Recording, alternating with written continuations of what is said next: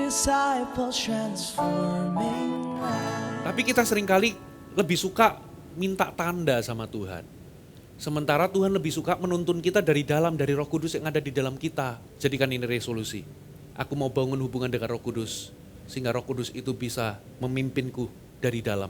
Aku mau mengenal suara Roh Kudus. Aku mau belajar membedakan mana suara Roh Kudus, mana yang bukan suara Roh Kudus. Hari ini saya memberikan judul Tuhan menuntun umatnya.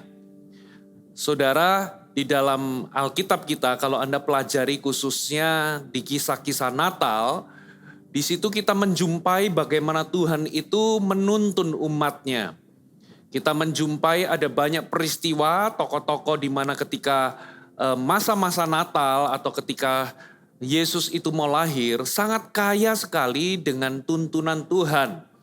Saudara, kenapa kita membutuhkan tuntunan Tuhan? Karena tanpa tuntunan Tuhan kita itu bisa tersesat.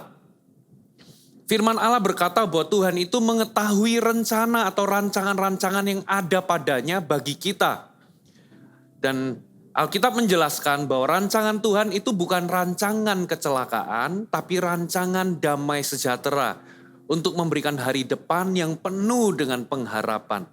Berarti rancangan Tuhan itu rancangan yang mendatangkan damai sejahtera. Bukan rancangan kecelakaan. Tapi sayangnya, saudara, kita ini percaya bahwa Tuhan itu punya rencana yang indah. Tuhan itu gak punya rencana kecelakaan dalam kehidupan kita. Tapi sayangnya kenapa ada banyak orang percaya justru mengalami kecelakaan. Saudara, justru mengalami kecelakaan-kecelakaan di dalam kehidupannya. Saudara, padahal Tuhan ingin membawa kita kepada rencananya. Dan rencana Tuhan bukan rencana kecelakaan. Tapi kenapa kita mengalami kecelakaan di dalam kehidupan kita, saudara? Karena ternyata Tuhan itu ingin menuntun kita kepada rencana yang penuh dengan damai sejahtera itu. Nah, seringkali kitalah yang tidak mengenali bagaimana cara Tuhan menuntun dalam kehidupan kita. Sehingga kalau kita ini gak mengerti bagaimana cara Tuhan menuntun dalam kehidupan kita, dan itulah yang menjadi penyebab kenapa kita gagal, kenapa kita ini tidak mengalami yang namanya rencana damai sejahtera. Saudara, dan kalau kita lihat dalam Alkitab nanti kita akan baca banyak ayat firman Tuhan, khususnya di momen-momen di mana ketika Yesus lahir, kita menemukan ada banyak cara ternyata bagaimana Tuhan menuntun umatnya. Saudara, yang pertama saudara saya akan membagikan ada 5 cara Tuhan, bagaimana Tuhan menuntun kita. Yang pertama adalah Tuhan menuntun umatnya melalui keadaan. Saudara, Tuhan menuntun umatnya melalui keadaan. Mari kita lihat Lukas pasal yang kedua, kita baca di ayat 1 sampai ayat yang ke-6. Pada waktu itu Kaisar Agustus mengeluarkan suatu perintah menyuruh mendaftarkan semua orang di seluruh dunia. Inilah pendaftaran yang pertama kali diadakan sewaktu Kirenius menjadi wali negeri di Syria. Maka pergilah semua orang mendaftarkan diri masing-masing di kotanya sendiri. Demikian juga Yusuf pergi dari kota Nazaret ke Galilea, ke Yudea, ke kota Daud yang bernama Bethlehem. Karena ia berasal dari keluarga dan keturunan Daud. Supaya didaftarkan bersama-sama dengan Maria, tunangannya yang sedang hamil atau sedang mengandung. Perhatikan ayat yang ke-6. Ketika mereka di situ itu di mana? Di Bethlehem, tibalah waktunya bagi Maria untuk bersalin. Saudara, coba ayat ini sepertinya kok pas sekali ya, kok kebetulan sekali ya. Ketika Yusuf dan Maria berada di situ, yaitu di Bethlehem, kok pas tiba-tiba Maria itu mengalami sakit bersalin dan sudah tiba waktunya untuk melahirkan. Kok bisa pas ya, saudara? Jadi kita percaya bahwa gak ada kebetulan di dalam Tuhan. Ya, ternyata tanpa disadari Tuhan itu sedang menuntun Yusuf dan Maria. Melalui apa saudara? Melalui sebuah keadaan di mana Kaisar Agustus itu menyerukan untuk semua orang ya mendaftarkan diri, diadakan sensus, saudara. Bayangkan kalau misalnya Kaisar Agustus tidak memberikan perintah untuk semua mendaftarkan diri. Ya, bayangkan kalau nggak ada sensus, kemungkinan besar Yusuf dan Maria nggak pergi ke Bethlehem. Saudara, dan kalau kita mau sambung-sambungkan, saudara, kemungkinan besar juga mungkin Yesus nggak lahir di Bethlehem. Kok bisa pas ya? Kok bisa pas? Jadi ternyata kebenarannya adalah Tuhan itu bisa menuntun kita tanpa kita sadari. Dan seringkali Tuhan menuntun kita itu melalui keadaan yang kita alami. Itulah sebabnya Bapak Ibu Saudara sekalian, apapun keadaan yang kita alami, baik di dalam rumah tangga kita, dalam pekerjaan kita, atau bahkan keadaan yang kita alami di bangsa kita atau di dunia ini, seringkali tanpa disadari Tuhan itu bisa menuntun kita melalui keadaan-keadaan tersebut untuk kita ini menggenapi rencana Allah. Tanpa disadari ternyata Yusuf dan Maria itu dituntun Tuhan melalui keadaan di mana Kaisar Agustus memberikan perintah untuk mengadakan sensus. Sehingga mau tidak mau saudara, Yusuf dan Maria itu pergi ke Bethlehem. Dan tiba di Bethlehem, Maria sakit bersalin atau Maria harus melahirkan. Supaya genaplah apa kata firman Tuhan, kata nubuatan bahwa saudara, Yesus itu harus lahir di Bethlehem. Jadi tanpa disadari, ya tanpa Yusuf sadar, tanpa Maria sadar, di kacamata Yusuf dan Maria, di kacamata kita dari pihak ketiga, kita mengira ini adalah kebetulan. Tapi di dalam Tuhan itu gak ada kebetulan, saudara. Tuhan memang menggerakkan kaisar itu, Tuhan memang menggerakkan kaisar itu mengadakan sensus, atau Tuhan itu bisa memakai keadaan itu untuk menuntun seseorang menggenapi rencananya. Jadi hari ini, ya, kalau Anda mengalami sebuah situasi, apalagi di masa-masa seluruh dunia mengalami pandemi, saudara, berdoalah saudara, Tuhan tuntun aku. Di masa-masa sukar yang mungkin terjadi menimpa seluruh dunia, atau masa-masa sulit yang mungkin terjadi atas hidup dan keluargaku, Tuhan tuntun aku untuk menggenapi rencanamu. Kalau seperti ini kita akan jadi orang Kristen yang tidak gampang patah atau tidak gampang kecewa dengan yang namanya keadaan. Saudara, berdoalah Bapak Ibu Saudara. Apapun yang terjadi atas hidup kita, kalau itu di luar kontrol kita, berdoalah Tuhan tuntun aku selangkah lebih maju menggenapi rencanamu. Setiap hari bangun tidur, berdoalah Tuhan tuntun aku selangkah. Lewat keadaan-keadaan yang mungkin bisa terjadi yang di luar kontrolku. Tuntun aku supaya aku bisa selangkah masuk dalam penggenapan rencana Allah. Saudara, bahkan kenyataannya saudara, Tuhan itu bisa memakai keadaan-keadaan kita untuk membawa kita selangkah masuk dalam penggenapan rencana Allah. Ada amin. Sekalipun situasi kita nggak baik, percayalah bahwa Tuhan itu baik dan Tuhan itu bisa bawa segala situasi kita ini untuk mendatangkan kebaikan bagi kita. Bagi kita yang terpanggil seturut dengan rencananya. Saudara, jadi yang pertama adalah Tuhan itu ternyata menuntun kita lewat keadaan-keadaan yang kita alami. Yang kedua saudara, Tuhan menuntun umatnya melalui utusannya. Saya ulangi, Tuhan menuntun umatnya melalui utusannya. Mari kita buka Lukas pasal yang kedua, saudara, kita baca di ayat yang ke-8. Ini adalah ayat-ayat selanjutnya. Di daerah itu ada gembala-gembala yang tinggal di padang menjaga kawanan ternak mereka pada waktu malam. Tiba-tiba berdirilah seorang malaikat Tuhan di dekat mereka. Dan kemuliaan Tuhan bersinar meliputi mereka dan mereka sangat ketakutan. Lalu kata malaikat itu kepada mereka, jangan takut sebab sesungguhnya aku memberitakan kepadamu kesukaan besar untuk seluruh bangsa. Hari ini telah lahir bagimu juru selamat, yaitu Kristus Tuhan di kota Daud. Dan inilah tandanya bagimu, kamu akan menjumpai seorang bayi dibungkus dengan lampin dan terbaring di dalam palungan. Dan tiba-tiba tampaklah bersama-sama dengan malaikat itu sejumlah besar bala tentara sorga yang memuji Allah, katanya, kemuliaan bagi Allah di tempat maha tinggi dan damai sejahtera di bumi di antara manusia yang berkenan kepadanya.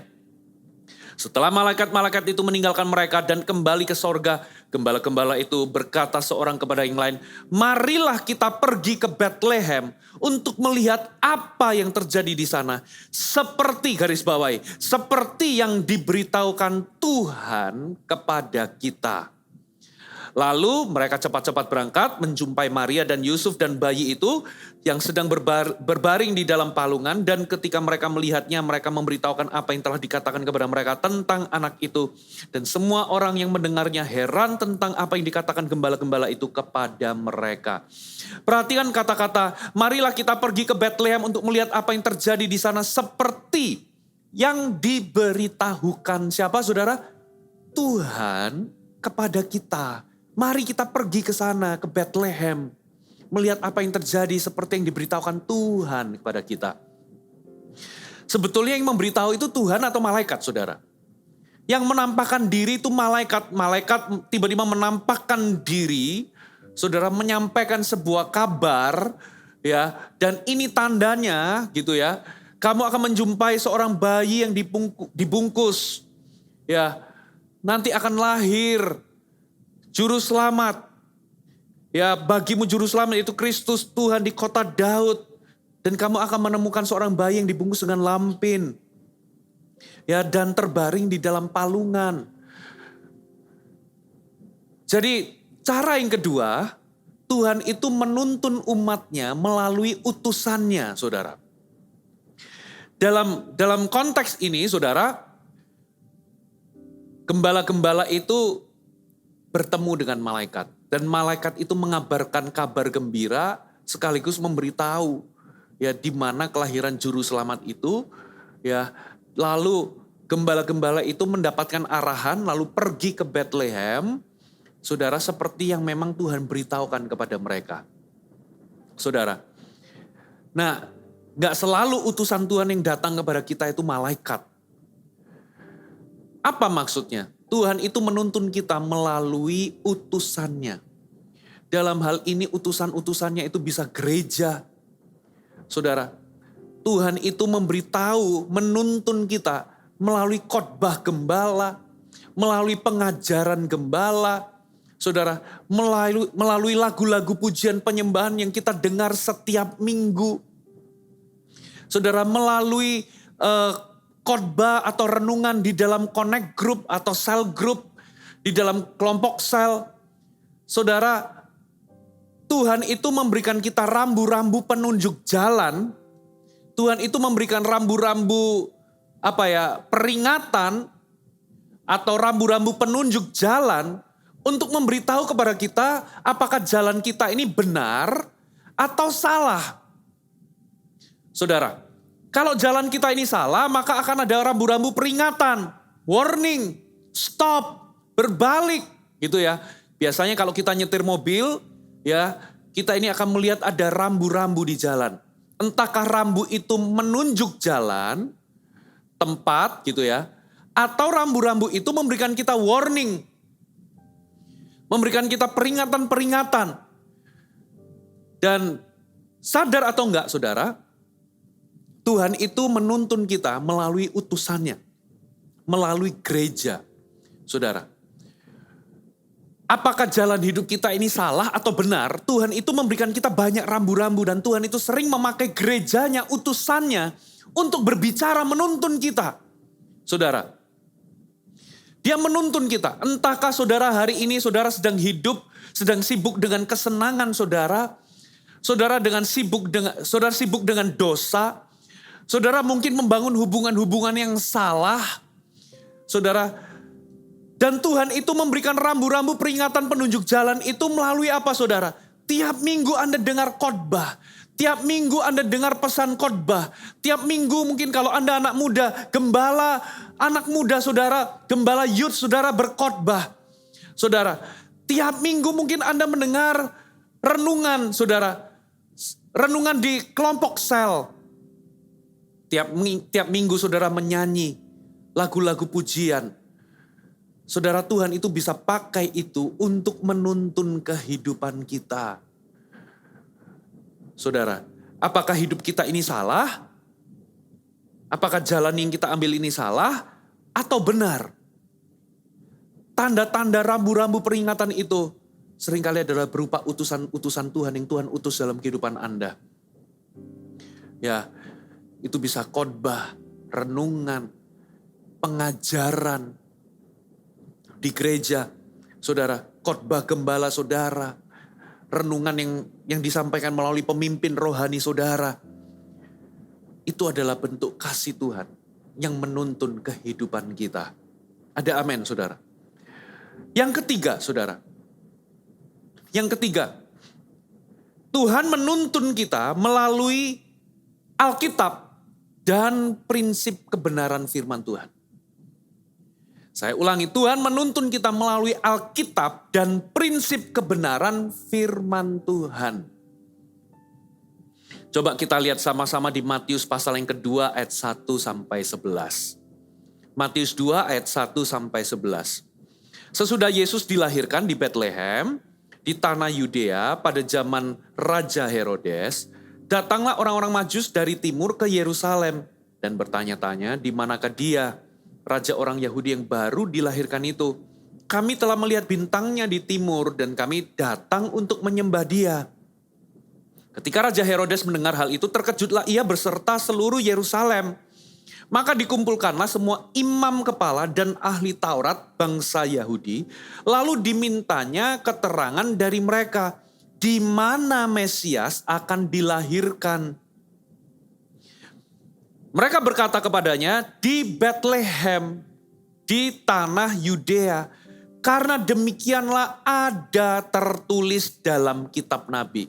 Lingkari kata ada tertulis dalam kitab Nabi. Dan engkau Bethlehem, tanah Yudea, engkau sekali-kali bukanlah yang terkecil di antara mereka yang memerintah Yehuda. Karena daripadamu lah akan bangkit seorang pemimpin yang akan mengembalakan umatku Israel. Lalu dengan diam-diam Herodes memanggil orang Majus itu dan dengan teliti bertanya kepada mereka, kapan bintang itu nampak? Kemudian ia menyuruh mereka ke Bethlehem, katanya, pergi selidikilah dengan sesama hal-hal mengenai anak itu. Dan segera sesudah kamu menemukannya, kabarkanlah kepadaku supaya aku pun datang menyembah dia. Setelah mendengar kata-kata raja itu berangkatlah mereka dan lihatlah bintang yang mereka lihat di timur itu mendahului mereka hingga tiba dan berhenti di atas tempat di mana anak itu berada. Ketika mereka melihat bintang itu sangat bersukacitalah mereka. Mereka masuk ke dalam rumah itu, melihat anak itu bersama Maria ibunya, lalu sujud menyembah. Mereka pun membuka tempat harta bendanya dan mempersembahkan kepadanya emas, kemenyan, dan mur. Kita semua tahu kisah ini. Siapakah orang Majus itu? Dalam terjemahan bahasa Inggris, orang Majus itu ditulis sebagai the wise man atau orang-orang bijaksana. Saudara, ternyata orang-orang bijaksana ini bukan hanya tertulis di Perjanjian Baru, tapi sudah tertulis the wise man atau orang-orang bijaksana itu sudah tertulis di kitab Perjanjian Lama. Khususnya kitab Daniel, saudara melihat bagaimana ada banyak orang-orang bijaksana di situ. Siapakah orang-orang Majus? Orang-orang Majus ini adalah orang-orang yang berilmu, ya. Mereka bukan raja, tapi mereka itu adalah penilik bintang. Ya, mereka itu adalah stargazer. Mereka itu penilik bintang. Ya, di zaman itu ada dua ilmu, yaitu astrologi dan astronomi. Nah, saudara, kita menerima ilmu tentang perbintangan, yaitu astronomi. Tapi kita orang Kristen tidak menerima yang namanya astrologi. Ya, yaitu kita melihat bintang, gitu ya, lalu mengambil pesan di dalamnya. Tidak, saudara, kita nggak percaya akan hal itu, saudara ya. Nah, mereka itu adalah orang yang bisa melihat atau meneliti pergerakan bintang. Nah, saudara, kalau Anda lihat di zaman Daniel, orang-orang bijaksana itu disebut dalam kitab Daniel. Dan dikatakan Daniel ini menjadi pemimpin dari orang-orang bijaksana itu. Daniel itu bisa menafsirkan mimpi. Daniel itu penuh Roh Kudus dan penuh dengan hikmat. Saudara, nah Daniel itu diangkat menjadi pemimpin dari orang-orang bijaksana ini. Dan Daniel itu takut akan Allah. Ya, ternyata Daniel itu mengajarkan firman Allah kepada mereka-mereka ini. Nah, di zaman Daniel, Alkitab yang mereka pegang itu adalah Pentatuk atau 5 kitab awal. Kejadian gitu ya, Keluaran, 5 kitab awal itu Ulangan. Saudara. Nah, jadi Bilangan. Saudara, 5 kitab di awal itu. Saudara. Nah, ternyata ada sebuah nubuatan di kitab Bilangan. Saudara, Bilangan pasal yang ke 24 ayat yang ke-17. Ada sebuah nubuatan. Aku melihat dia tetapi bukan sekarang. Aku memandang dia tetapi bukan dari dekat. Bintang terbit dari Yakub. Tongkat kerajaan timbul dari Israel. Dan meremukkan pelipis-pelipis Moab, menghancurkan semua anak-anak Set. Ya, terjemahan bahasa Inggrisnya dikatakan NIV, dikatakan I see him but not now. I behold him but not near. A star shall come out of Jacob. A star shall come out of Jacob. Ya, bintang itu akan muncul dari Yakub. Maksudnya bintang itu akan muncul di timur. Dan akan muncul lahir seorang pemimpin atau penguasa. Jadi kemungkinan besar saudara, rupa-rupanya Daniel itu menceritakan tentang kelahiran Mesias di tanah Israel. Bagi bangsa Yahudi. Ya, akan muncul seorang raja, seorang pemimpin, Mesias yang memang dinubuatkan oleh firman Allah. Di zaman Daniel cuma taunya kitab Taurat. Kitab Taurat itu 5 kitab di awal Alkitab Perjanjian Lama, saudara.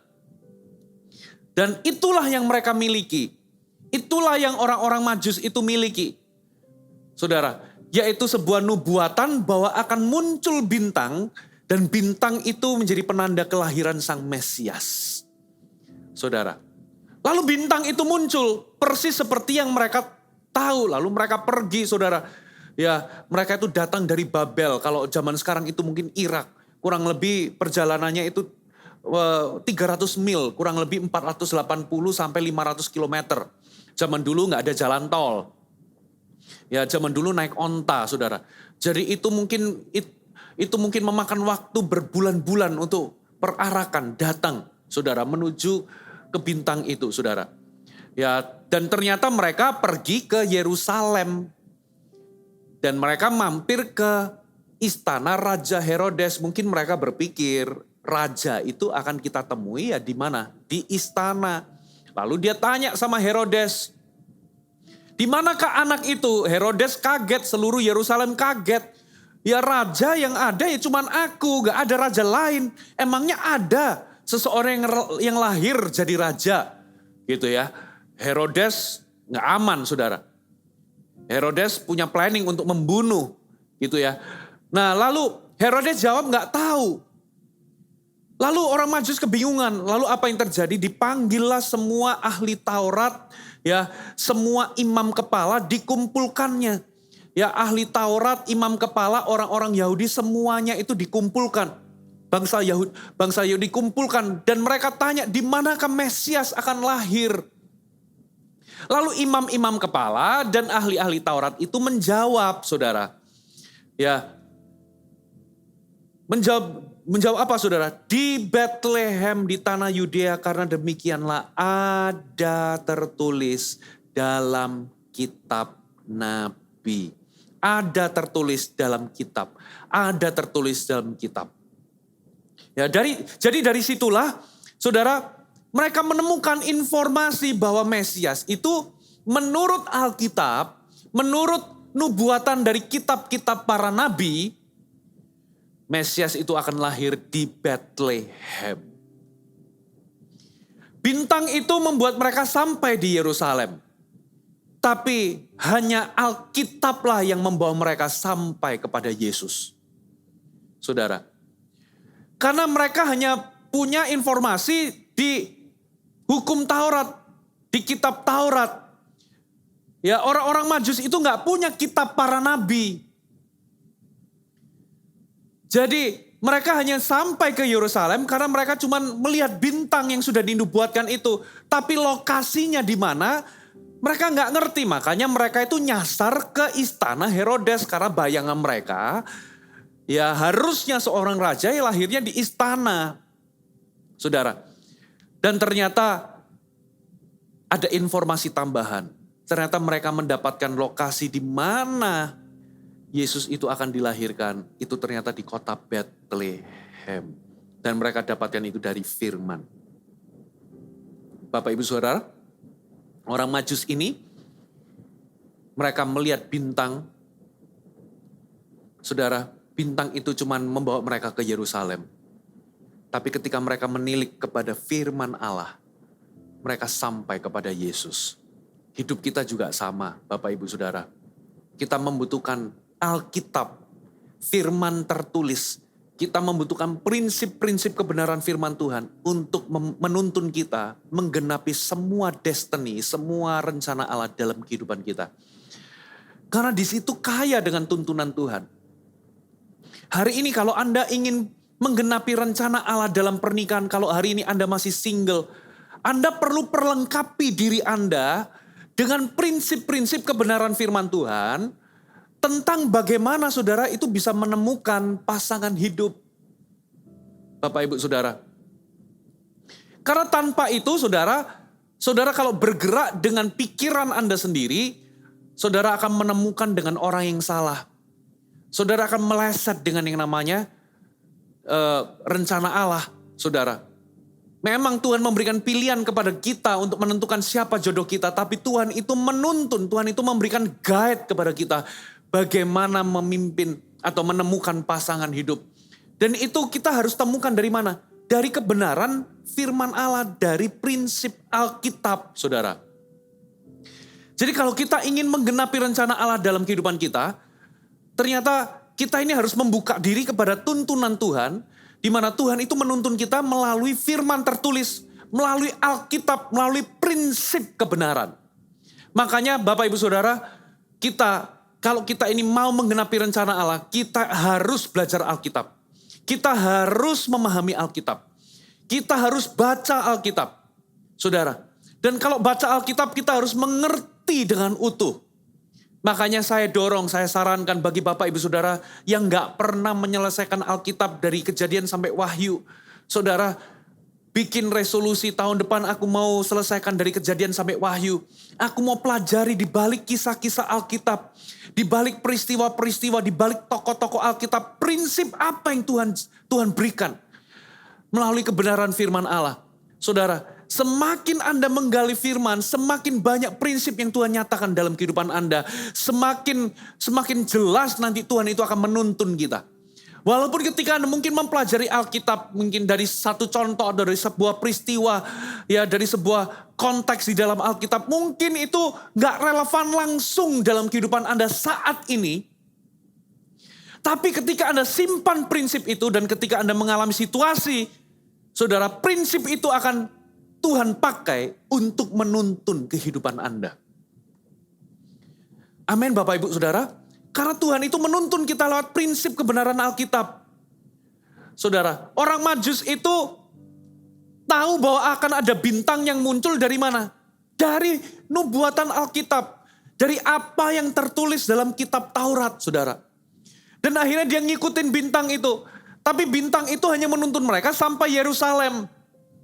Dan untuk tahu mereka sampai kepada Yesus, mereka membutuhkan juga ayat dari firman Allah. Ada tertulis dalam kitab Nabi.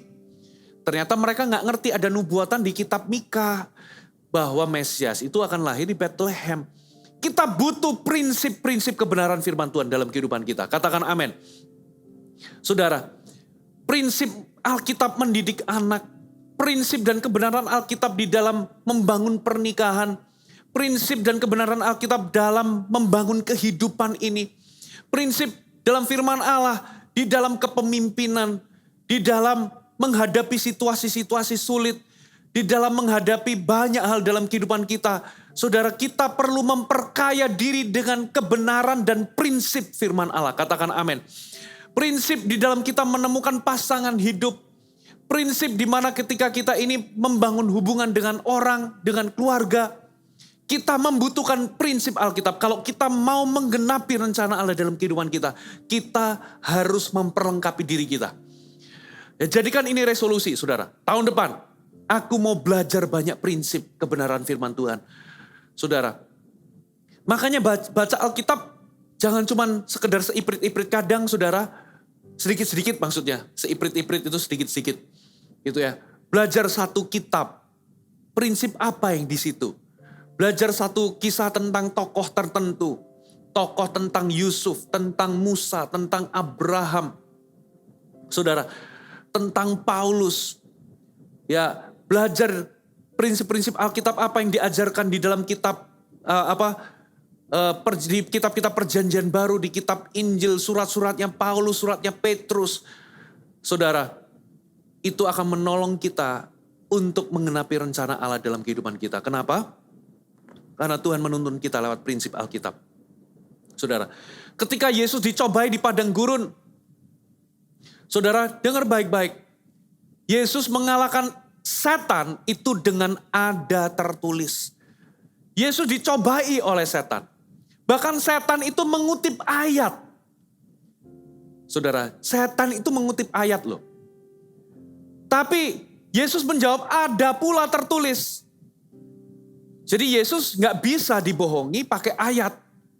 Setan bisa loh membohongi kita pakai ayat Alkitab untuk membuat kita terintimidasi. Setan mengambil satu ayat keluar dari konteksnya, lalu diberikan kepada kita, lalu kita menjadi terintimidasi. Bisa, itulah sebabnya kita perlu mengerti firman Tuhan, saudara, secara lengkap. Saudara, karena kalau kita mengerti firman Tuhan secara lengkap, itu akan menolong kita. Prinsip apa yang Tuhan mau katakan kepada kita, saudara. Itulah sebabnya saya rindu, khususnya jemaat gereja Mawar Sharon. Saya rindu tahun depan, saudara harus belajar Alkitab. Saudara harus semakin haus dan lapar untuk mempelajari dan meneliti Alkitab. Merenungkan firman. Saudara pelajari, ya ada banyak prinsip yang Roh Kudus itu bisa nyatakan dalam kehidupan kita. Dan itu akan berguna. Akan berguna dalam kehidupan kita. Karena Tuhan menuntun kita lewat prinsip dan kebenaran firman Allah. Katakan amin, saudara. Amin, saudara. Jadi penting untuk kita memiliki prinsip kebenaran firman Tuhan. Mazmur 119 ayat 105. Dikatakan firman-Mu itu pelita bagi kakiku, terang bagi jalanku.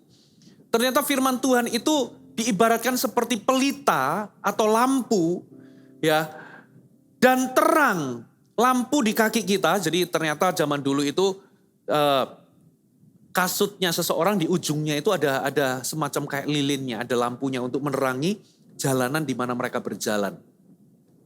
Jadi firman-Mu itu seperti pelita bagi kakiku dan terang bagi jalanku. Kalau di zaman sekarang mungkin kita nggak pakai lilin di dalam kasut kita atau di ujung kasut kita, tapi kita mungkin pakai senter. Kalau mobil itu pakai lampu, ya lampu jalan itu, saudara. Nah bayangkan kalau Anda berjalan tanpa lampu, gelap total, saudara. Coba Anda itu seperti Anda tutup mata lalu Anda coba jalan, Anda akan nabrak sana, nabrak sini. Saudara akan mengalami yang namanya kecelakaan, saudara akan jatuh dalam lubang. Saudara akan, kalau Anda jalan di sana, saudara nggak sadar, saudara ada di tengah jalan dan Anda bisa ditabrak mobil. Bayangkan kalau Anda jalan tanpa ada sedikit pun terang. Saudara, ternyata firman Tuhan, kebenaran firman Tuhan itu seperti terang yang bisa menuntun kita. Yang bisa menerangi jalan kita supaya kita ini dituntun sampai ke tujuan. Bapak Ibu Saudara. Nah itulah sebabnya saya rindu jemaat gereja Mawar Sharon tahun depan harus menjadi jemaat yang suka belajar kebenaran firman Tuhan. Suka menggali firman Tuhan. Suka bukan mengkoleksi saudara ya, tapi menyimpan banyak prinsip-prinsip Alkitab, membekali diri dan memperlengkapi diri kita dengan banyak prinsip kebenaran firman Tuhan. Karena apa? Karena itu bisa menolong kehidupan kita, menuntun kehidupan kita. Tuhan ternyata menuntun hidup kita pakai prinsip kebenaran firman Allah. Yang keempat, saudara. Ya, Tuhan menuntun umatnya melalui suara Roh Kudus. Lukas pasal yang kedua, kita baca di ayat 21 sampai 33. Perhatikan, dan ketika genap 8 hari, dan ia atau Yesus harus disunatkan, ia diberi nama Yesus, yaitu nama yang disebut oleh malaikat sebelum dikandung ibunya. Dan ketika genap waktu pentahiran menurut hukum Taurat Musa, mereka membawa dia ke Yerusalem untuk menyerahkannya kepada Tuhan. Seperti ada tertulis dalam hukum Tuhan, semua anak laki-laki sulung harus dikuduskan bagi Allah. Dan untuk mempersembahkan korban menurut apa yang difirmankan dalam hukum Tuhan, yaitu sepasang burung tekukur atau 2 ekor anak burung merpati. Adalah di Yerusalem seorang bernama Simeon.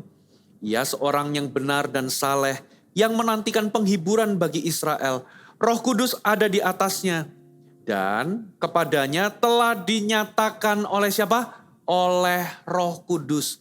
Kepadanya telah diwahyukan atau dinyatakan atau diberitahukan oleh Roh Kudus bahwa ia tidak akan mati sebelum ia melihat Mesias, yaitu dia yang diurapi Tuhan. Ia datang ke bait Allah oleh Roh Kudus. Perhatikan. Jadi ia juga datang ke bait Allah itu karena dorongan Roh Kudus. Saudara, jadi Tuhan sudah ngomong bahwa dia gak akan mati sebelum melihat Mesias. Dan tiba-tiba Tuhan itu mendorong. Tuhan itu menggerakkan hatinya untuk pergi ke bait Allah. Ketika Yesus anak itu dibawa masuk oleh orang tuanya untuk melakukan kepadanya apa yang ditentukan hukum Taurat. Ia menyambut anak itu kok bisa pas. Ya waktu dia datang di bait Allah ketemu Yesus. Itu probabilitasnya berapa persen? Kok bisa pas ketemu? Gitu ya. Kan Yesus bisa datang jam berapapun. Kok bisa pas? Saudara, ternyata ia dituntun oleh Roh Kudus. Oleh suara Roh Kudus. Ia menyambut anak itu dan menatangnya sambil memuji Allah, katanya, sekarang Tuhan, biarkanlah hambamu ini pergi dalam damai sejahtera sesuai dengan firman-Mu. Perhatikan kata sesuai dengan firman-Mu. Firman di sini firman apa, saudara? Ternyata firman di sini bukan firman tertulis. Firman di sini adalah suara Roh Kudus yang Tuhan nyatakan secara spesifik dalam kehidupannya. Jadi Tuhan itu menuntun umatnya bisa lewat keadaan. Tuhan itu menuntun umatnya bisa lewat apa, saudara? Bisa lewat utusannya, ya, lewat khotbah, lewat gembala yang mengajar, ya, lewat lagu puji-pujian, lewat renungan-renungan di dalam gereja atau di dalam kelompok kecil. Tuhan itu bisa menuntun umatnya lewat kebenaran firman Allah, yaitu firman yang tertulis lewat Alkitab. Tapi ternyata yang keempat ini, ternyata ada tuntunan yang berikutnya. Tuhan menuntun kita lewat suara Roh Kudus. Nah, kata sesuai dengan firman-Mu di sini ini bukan firman tertulis, tapi ini adalah suara Roh Kudus yang dinyatakan kepada dia secara spesifik. Sebab mataku telah melihat keselamatan yang daripadamu, yang telah Engkau sediakan di hadapan segala bangsa, yaitu terang yang menjadi penyataan bagi bangsa-bangsa lain, dan menjadi kemuliaan umat-Mu Israel. Dan bapa serta ibunya amat heran akan segala apa yang dikatakan tentang dia. Simeon ini gak bisa menemukan di Alkitab firman tertulis kapan dia akan mati. Gitu ya. By the way, gak ada seorang pun yang tahu kapan kita ini akan mati. Gitu ya. Bahkan di Alkitab gak ada. Tapi ternyata Tuhan itu bisa berbicara secara spesifik. Memberikan sebuah arahan, guidance. Memberitahu bahwa kamu gak akan mati. Memang Simeon gak tahu kapan matinya. Tapi intinya Tuhan itu memberitahu. Kamu gak bakal mati sampai kamu melihat Mesias. Sampai Mesias itu dilahirkan. Gitu ya. Dan Simeon juga gak ngerti kapan, hari kapan dia akan mati. Dan setelah dia ketemu Mesias, Simeon gak tahu kapan, hari apa. Tapi ada tuntunan Tuhan bahwa kamu gak akan meninggal sebelum kamu ketemu Mesias. Dan saudara, Mesias nemuinnya di mana juga gak jelas. Mau cari-cari di Alkitab juga, ya mungkin bisa tahu Mesias lahir di Bethlehem dan sebagainya. Tapi zaman dulu kan gak ada handphone. Gak ada video call. Ya zaman dulu Maria sama Yusuf juga gak punya Instagram yang bisa update status. Ya, Dan dari mana, kapan bisa ketemu? Tiba-tiba ada dorongan dari Roh Kudus yang menggerakkan dia. Ada suara Roh Kudus, ada kesaksian batinnya atau kesaksian roh. Pergi ke bait Allah. Nah itu gak bisa dicari di firman tertulis, gak ada. Ini yang namanya suara Roh Kudus. Ini yang namanya tuntunan suara Roh Kudus. Di firman tertulis gak ada pergilah ke bait Allah sekarang, gak ada. Saudara. Dan waktu dia pergi ngikutin dorongan tersebut, kok bisa pas ketemu sama Yesus? Saudara, ini yang namanya Tuhan menuntun umatnya melalui suara Roh Kudus. Saudara, ternyata dalam hidup ini kita butuh loh. Selain kita membutuhkan prinsip kebenaran firman Tuhan, ternyata kita butuh suara Tuhan dalam tuntunan ini. Dalam kehidupan ini, kita butuh dituntun oleh suara Roh Kudus.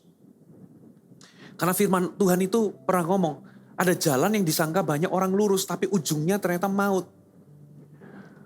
Kita ini butuh tuntunan Tuhan secara spesifik. Saudara. Mari kita lihat Yesaya 30 ayat 21. Yesaya pasal yang ke-30 ayat yang ke-21. Yesaya 30 ayat 21. Dan telingamu akan mendengar perkataan ini dari belakangmu. Inilah jalan. Berjalanlah mengikutinya, entah kamu menganan atau mengiri. Jadi ternyata dalam kehidupan ini Tuhan sediakan yang namanya suara Roh Kudus yang berbicara di belakang kita. Ya, maksudnya apa berbicara di belakang kita ini berarti yang meng-guide kita atau menuntun kita. Ya, inilah jalan. Ya, jalan yang mana nih? Karena ada banyak jalan. Ada banyak jalan disangka ujungnya itu lurus. Tapi ternyata ujungnya maut.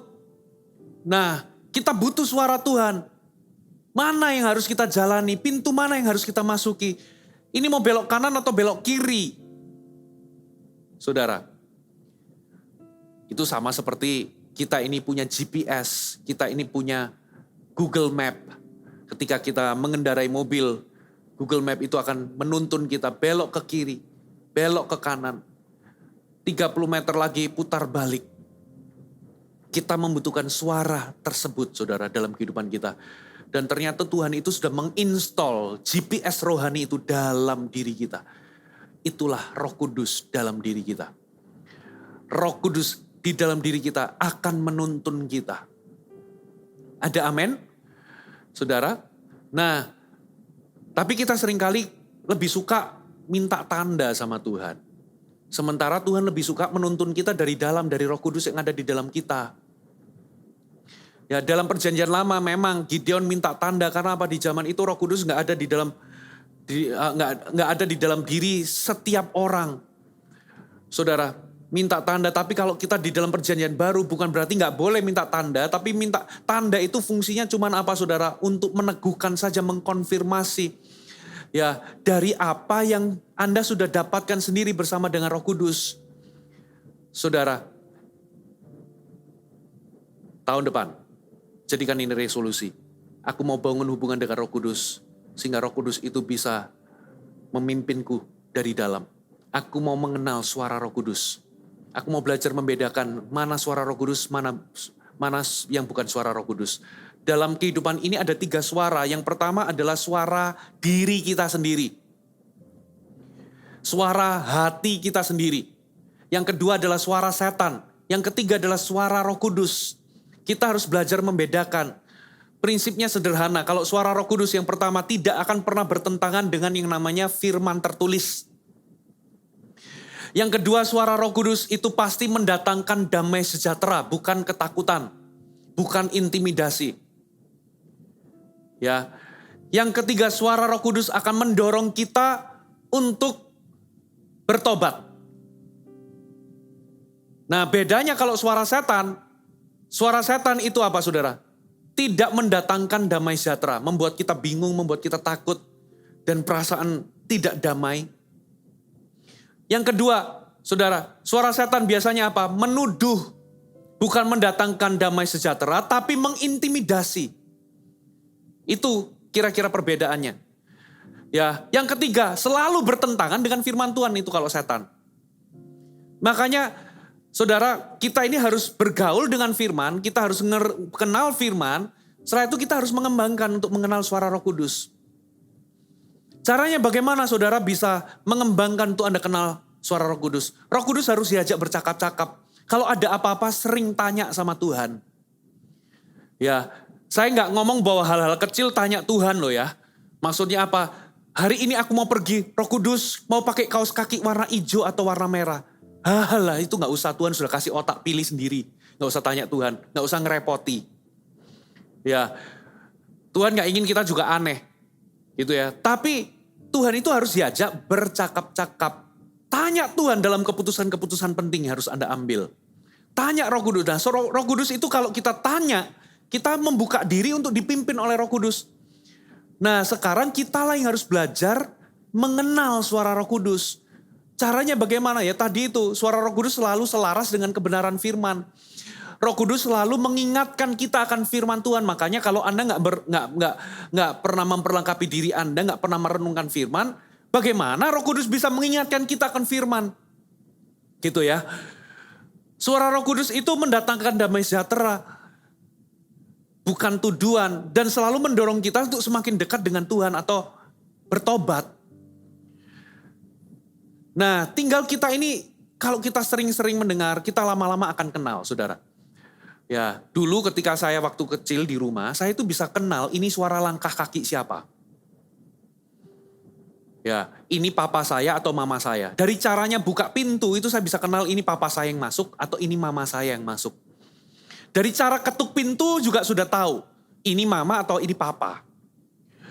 Bahkan dari suara kalau misalnya saya di kamar lalu di luar itu ada yang makan. Saya bisa tahu ini yang makan papa saya atau mama saya. Karena apa? Karena kita tiap hari bergaul.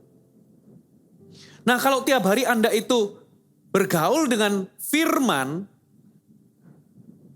dan Anda mengizinkan untuk Roh Kudus berbicara dalam kehidupan Anda, lama-lama Anda akan kenal ini suaramu sendiri, suara manusia, pertimbangan manusia, atau ini itu suara setan, atau ini suara Roh Kudus.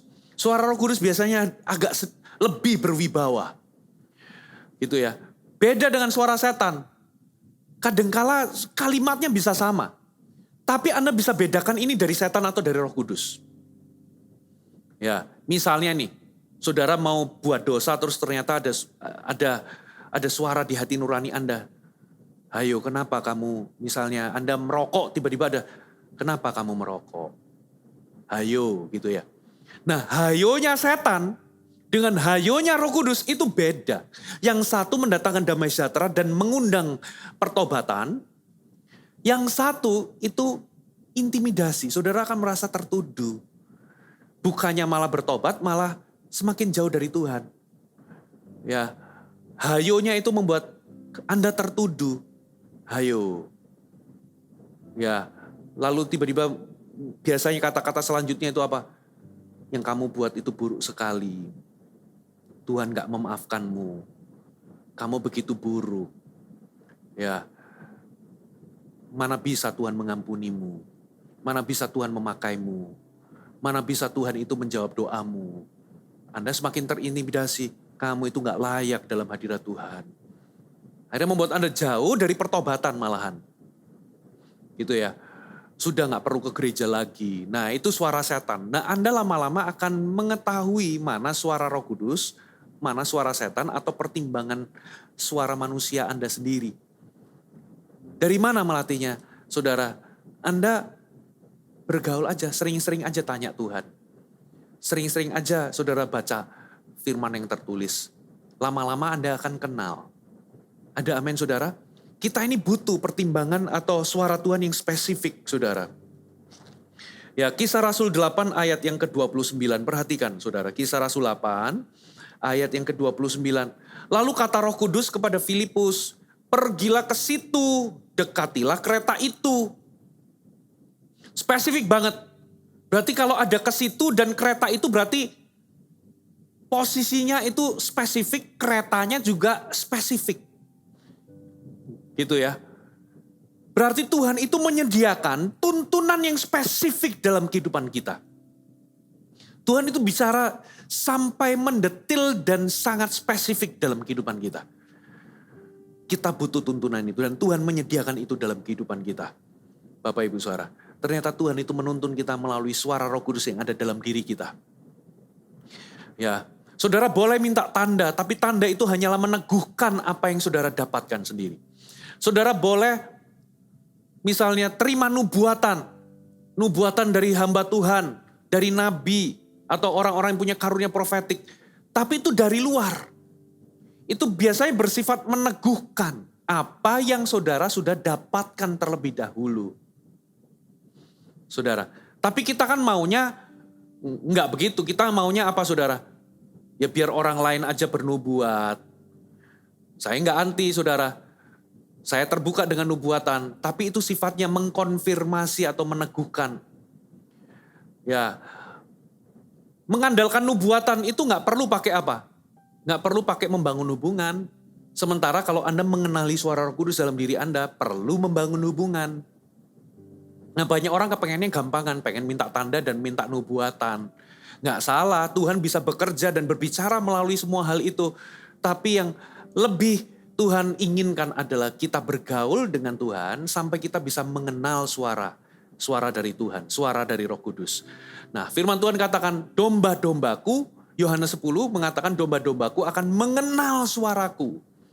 Saudara, berarti Roh Kudus itu adalah roh yang berbicara dalam kehidupan kita. Kita ini harus kenali. Katakan amin. Seringkali Tuhan itu suara Roh Kudus belum tentu itu berupa kata-kata, seringkali berupa dorongan. Saudara, seringkali berupa Tuhan itu menggerakkan kita. Makanya Tuhan itu bekerja dalam kita, saudara, baik kemauan maupun pekerjaan. Kemauan apa? Kalau saudara itu tiba-tiba punya kerinduan atau dorongan, itu dari Roh Kudus. Ya, Tuhan menggerakkan Anda. Itu bisa jadi itu suara Roh Kudus. Bentuknya mungkin bukan kalimat, tapi itu tuntunan Tuhan, walaupun bentuknya bukan suara. Saudara, di tahun depan saya rindu jemaat Gereja Mawar Syaron. Saudara semakin kenal, semakin peka dengan suara Roh Kudus. Karena Roh Kudus bicara, menuntun umatnya melalui apa? Melalui suara yang Tuhan berikan melalui Roh Kudusnya yang Dia tempatkan dalam diri kita. Ada amin, saudara? Ya, yang terakhir, saudara. Yang terakhir, Tuhan menuntun umatnya melalui mimpi. Mari kita lihat Matius 1 ayat 18-23 masih di kisah Natal, saudara. Matius 1 ayat 18-23, kelahiran Yesus Kristus adalah sebagai berikut. Pada waktu Maria ibunya bertunangan dengan Yusuf, ternyata ia mengandung dari Roh Kudus sebelum mereka hidup sebagai suami istri. Karena Yusuf suaminya seorang yang tulus hati dan tidak mau mencemarkan nama istrinya di muka umum, ia bermaksud menceraikan dengan diam-diam. Tetapi ketika ia mempertimbangkan maksud itu, malaikat Tuhan nampak kepadanya dalam mimpi dan berkata, Yusuf anak Daud, janganlah engkau takut mengambil Maria sebagai istrimu, sebab anak yang di dalam kandungannya adalah dari Roh Kudus. Jadi ada tuntunan gitu ya. Ia akan melahirkan anak laki-laki dan engkau akan menamakan dia Yesus, karena dialah yang akan menyelamatkan umatnya dari dosa mereka. Hal itu terjadi supaya genaplah apa yang difirmankan Tuhan oleh Nabi. Ya, garis bawahi hal itu terjadi supaya genaplah yang difirmankan Tuhan oleh Nabi. Sesungguhnya anak darah itu akan mengandung dan melahirkan melahirkan seorang anak laki-laki, dan mereka akan menamakan dia Immanuel, yang berarti Allah menyertai kita. Saudara, Tuhan itu bisa bicara juga lewat mimpi. Kita lihat satu ayat lagi ya, Ayub 33 ayat 14-16. Ayub 33 ayat 14 sampai ayat yang ke-16. Karena Allah berfirman dengan satu dua cara. Allah berbicara dengan satu dua cara. Tetapi orang tidak memperhatikannya. Dalam mimpi, dalam penglihatan waktu malam, bila orang tidur, nyenyak tidur, bila berbaring di atas tempat tidur, maka ia membuka telinga manusia dan mengejutkan mereka dengan teguran-teguran. Ayat ini secara spesifik berkata bahwa Tuhan itu bisa membuka telinga kita dan berbicara dalam kehidupan kita melalui mimpi. Kalau Anda pelajari di Alkitab, sudah di Perjanjian Lama, di Kejadian 15, di kitab Kejadian ada Abimelek dan Abraham, Kejadian 20, ya. Kita bisa melihat bagaimana Abimelek bermimpi, mendapatkan mimpi. Ya, lalu kita bisa melihat bagaimana Tuhan berbicara kepada Ishak di malam hari di Beersheba. Lalu Yakub juga bermimpi di Betel melihat Tuhan. Ya, Yakub beroleh strategi memperoleh kekayaan melalui mimpi. Ya, dalam mimpi Laban diperingatkan Tuhan. Lalu Yusuf mengalami 2 mimpi. Gitu ya.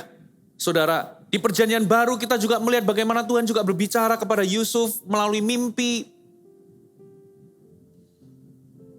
Ternyata Tuhan bisa bicara lewat mimpi. Namun ingat, saudara, mimpi yang kita dapatkan itu selalu harus selaras dengan firman Tuhan dan selalu meneguhkan apa yang firman katakan. Makanya dikatakan hal itu terjadi supaya genaplah apa yang difirmankan Tuhan oleh Nabi. Kenapa kok saya taruh di poin terakhir, saudara? Karena memang gak semua mimpi dari Tuhan. Bisa mimpi itu karena bunga tidur, Anda kebanyakan nonton film, lalu Anda mimpi film tersebut. Anda stres kerja, lalu malam Anda kepikiran gitu ya, lalu waktu Anda tidur, itu jadi bunga tidur Anda. Ya gak semua mimpi dari Tuhan, bisa jadi bunga tidur. Bisa juga mimpi dari setan. Tapi juga saudara gak bisa dipungkiri bahwa Tuhan itu bisa bekerja dengan aktif, berbicara kepada kita lewat mimpi. Kenapa kok lewat mimpi? Karena apa? Karena waktu kita tidur, tubuh kita tidur, jiwa kita, pikiran kita beristirahat, tapi roh kita tetap apa, saudara? Roh kita ini tetap terjaga. Roh kita ini tetap apa ya? Roh kita ini nggak tidur. Makanya seringkali kita ini bisa terbuka kepada perkara supranatural di dalam mimpi. Nah, masalahnya setan itu juga bisa memberikan mimpi. Makanya perlu kita berdoa sebelum tidur. Gitu ya. Nah, lalu bagaimana Pastor Fuji cara membedakan ini mimpi dari Tuhan atau bukan? Ya, biasanya mimpi dari Tuhan itu akan meneguhkan apa yang saudara dapat dari firman Allah. Mimpi dari Tuhan itu akan bersifat apa? Membangun dan menasihati Anda. Dan biasanya ketika Anda bangun, mimpi itu akan Anda ingat. Kalau bunga tidur Anda akan lupa. Ya, dan bedanya apa dengan setan? Kalau mimpi dari setan biasanya apa? Mendatangkan ketakutan, intimidasi. Jadi kalau Anda mimpi sesuatu lalu Anda ketakutan, nanti ada terjadi sesuatu yang buruk dalam kehidupan Anda, ya bisa dipastikan itu tolak aja. Apalagi kalau Anda mimpi sesuatu yang tidak kudus, mimpi sesuatu yang apa ya? Bertentangan dengan firman Allah, saudara.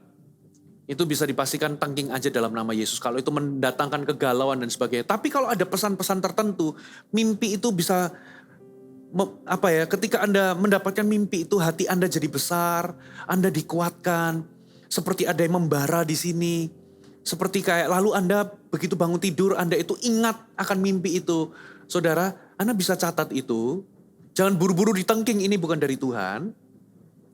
Ya, Anda bisa catat lalu Anda doakan. Gitu ya. Namun begitu jangan hanya hidup dari mimpi ke mimpi lalu mimpi aneh-aneh yang Anda anggap dari Tuhan. Tidak.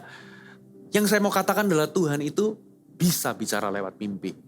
Nah, kita orang percaya, kita juga bisa berdoa, Tuhan ketika aku tidur, Tuhan nyatakan kehendak-Mu, nyatakan suara-Mu. Berikan aku mimpi yang daripadamu. Supaya Tuhan Engkau menuntun aku. Nah, seringkali apa yang Tuhan nyatakan itu akan diteguhkan lewat firman Tuhan, lewat keadaan dan sebagainya kalau itu dari Tuhan. Dan itu akan membangun hidup Anda, ya menjaga kehidupan Anda, memberikan damai sejahtera, bukan menakut-nakuti Anda. Saudara, dengan cara demikian, saudara, hidup Anda itu akan kaya dengan tuntunan Tuhan. Tuhan menuntun umatnya lewat keadaan, melalui keadaan. Tuhan menuntun umatnya melalui utusannya, melalui khotbah hari Minggu, melalui nasihat gembala, firman Tuhan yang disampaikan oleh pemimpin rohani. Gitu ya. Yang ketiga, Tuhan menuntun umatnya melalui firman tertulis. Yang keempat, Tuhan menuntun umatnya melalui suara Roh Kudus. Satu kali, saudara, firman Tuhan ngomong, di zaman Imam Eli itu penglihatan jarang dan firman Tuhan jarang. Loh kok bisa? Firman Tuhan jarang itu maksudnya apa? Kan ada Alkitab. Ada hukum Taurat. Mereka udah punya hukum Taurat. Kenapa kok dikatakan firman Tuhan jarang? Maksudnya apa? Jarang ada suara Tuhan. Mereka punya firman tertulis, tapi suara Tuhan, pernyataan Tuhan, dan penglihatan sangat jarang. Nah, ternyata Tuhan menyediakan jenis tuntunan yang keempat, yaitu Tuhan bisa berbicara melalui suara Roh Kudus dalam kehidupan kita. Memberikan tuntunan yang spesifik dalam kehidupan kita. Dan yang terakhir, saudara, di waktu kita istirahat, Tuhan juga bisa membuka telinga kita dan berbicara dalam kehidupan kita melalui mimpi. Perlu diuji, tapi itu biasanya kalau dari Tuhan, itu akan mendatangkan damai sejahtera sesuai dengan kebenaran firman Tuhan dan bersifat menguatkan, meneguhkan apa yang memang Tuhan sudah rancangkan dalam kehidupan Anda. Kita tutup Alkitab kita, mari kita datang di hadapan Tuhan. Haleluya. Hai, terima kasih sudah bergabung bersama kami, Gereja Mount Sharon, Jabodetabek. Sebagai gereja Tuhan, adalah kerinduan bagi kami untuk melihat Anda terus bertumbuh di dalam pengenalan akan Tuhan dan mengalami perubahan hidup. Maka dari itu, bergabunglah bersama komunitas kecil kami, Connect Group. Dapatkan informasi lebih lanjut pada kolom deskripsi kami. Last but not least, don't forget to subscribe dan bagikan video ini kepada orang yang Anda kasihi. Thank you for joining us and see you next time.